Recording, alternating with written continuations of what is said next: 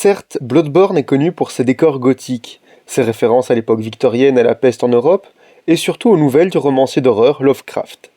Mais comme beaucoup de jeux, dont certains que j'analyse sur cette chaîne, son lore et sa mise en place intègrent différents éléments inspirés d'événements historiques bien précis.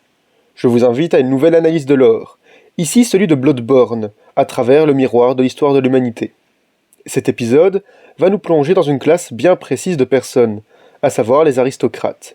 Grâce à ceux-ci, nous pourrons comprendre le système clanique qui maintient un semblant d'ordre dans le récit de Bloodborne, ainsi que d'autres choses comme les secrets des différentes castes ou encore le principe des badges et serments.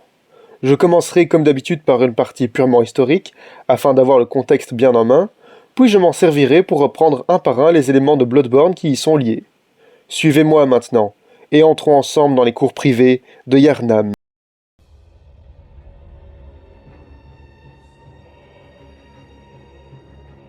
Qu'est-ce que l'aristocratie exactement?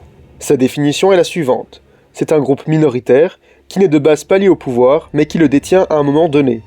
On parle ici d'une forme d'autorité qui n'était pas prévue et qui est donc plutôt inattendue. Les aristocrates ne sont pas forcément liés à une classe en particulier. Ils peuvent être des nobles comme d'importants propriétaires fonciers. Le plus important à retenir, c'est qu'ils vont devenir assez influents pour à un moment avoir les moyens de revendiquer le pouvoir autoritaire en place. Nous sommes donc face à une classe de personnages divers et variés, mais des plus influents. Vous n'êtes pas sans savoir que durant le Moyen-Âge, le souverain, peu importe le pays d'ailleurs, va concentrer et centraliser tout type de pouvoir afin d'être le seul à les détenir. L'aristocratie, dépourvue de la possibilité de détenir ce qu'il a défini, va réagir de deux façons différentes. Une durant justement la seconde moitié du Moyen-Âge, et l'autre plutôt vers la fin du Moyen-Âge et la première moitié de l'époque contemporaine. Voyons-les une par une. La première de ces formations, ce sont les guildes. Ce mot désigne une association de personnes qui vont se réserver le droit exclusif d'exercer une profession. Plus simplement, sachez qu'il y avait une guilde par service, une de forgerons, une de maçons, une de charpentiers, et j'en passe. Et étant donné que les membres de chaque guilde étaient les seuls à pouvoir exercer ladite profession, les secrets de celle-ci étaient bien gardés au sein de chaque groupuscule. Des théories plus mystiques concernant la guilde des maçons vont d'ailleurs mener à la légende des francs-maçons. L'aristocratie foncière, c'est-à-dire celle rassemblant de grosses fortunes par l'agriculture, l'artisanat et autres, va donc garder une forme de pouvoir de par ses secrets et les capacités que chacune des guildes est la seule à posséder, et donc la seule à pouvoir offrir contre monnaie sonnante et trébuchante. J'ai parlé des francs-maçons. En fait, la guilde des maçons va finir par se transmettre plutôt des réflexions philosophiques et littéraires et des pensées que des savoirs manuels et des techniques. Elle va donc se tourner vers un cercle plutôt de réflexion, gardant le titre de maçon pour se désigner comme ceux qui vont bâtir une pensée plutôt qu'une maison. C'est là l'exemple le plus connu d'organisations qui vont se tourner de la pratique manuelle vers des organisations littéraires. Celles-ci se rassemblent dans le foyer de particuliers pour discuter et débattre, prenant au final le nom de salon. Attention, je ne sous-entends pas ici que les guildes sont devenues des salons, simplement que c'est le chemin que va suivre l'aristocratie, se parant désormais d'un pouvoir et d'une richesse intellectuelle, rendue possible de par leurs moyens financiers, plutôt que d'une richesse de secrets techniques. Même ce qui en a été inspiré dans Bloodborne se distingue aussi différemment, et je vais maintenant y venir. Les guildes ont directement inspiré le fonctionnement du pouvoir et de l'autorité dans Bloodborne.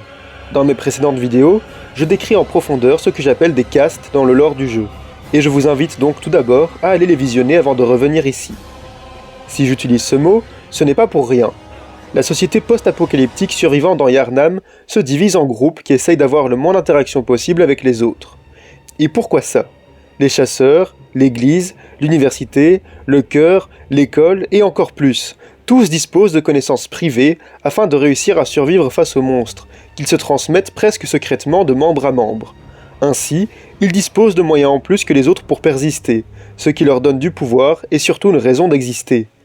Que ce soit la façon de tuer un monstre, la confection du sang ancien, les études sur les anciens et j'en passe. Ce système existe d'ailleurs dans Lies of P, avec les rôdeurs, les alchimistes et autres. Donc si vous voulez un second épisode sur ce jeu, likez d'abord celui-ci. Comme les salons découlant indirectement des guildes, les serments découlent de ce système de séparation voulu des castes. Ces groupes dans les groupes n'acceptent pas n'importe qui, et font d'ailleurs passer des badges afin de prouver l'appartenance à un serment ou à un autre. Ils existent au sein de la chasse, de l'église et de beaucoup d'autres. On n'y entre pas n'importe comment, et l'union qui fait leur force est une forme de pouvoir, tout comme celui que les aristocrates ont centralisé dans les salons littéraires. Accepter leur but, leur objectif et jurer de le servir, dans le secret des autres cours, est le seul moyen de participer à leur combat inclusif. Les mouvements formés par l'aristocratie suite à la perte de leur capacité de prise de pouvoir ont ainsi inspiré les mêmes types d'organisations dans Bloodborne. Cette perte de pouvoir, on pourrait la comparer au fait que les humains, vivant dans Yharnam, ont été totalement démunis face à la puissance des bêtes immondes et toutes puissantes qui y sont apparues. Ils se sont répartis en castes, afin de trouver de leur côté des moyens différents et efficaces de les combattre, qu'ils ont évité de transmettre afin d'avoir toujours une raison de subsister. D'autres groupuscules internes sont donc nés dans cette optique, transmettant leur savoir via des serments, formant des organisations privées et secrètes afin de pouvoir un jour reconquérir Yharnam selon leur savoir, afin de récupérer leur pouvoir face aux bêtes. Finalement, Bloodborne ne tourne lui aussi qu'autour d'un jeu de pouvoir et d'une question de politique aristocratique. Abonnez-vous pour plus de vidéos sur le lore de ce jeu.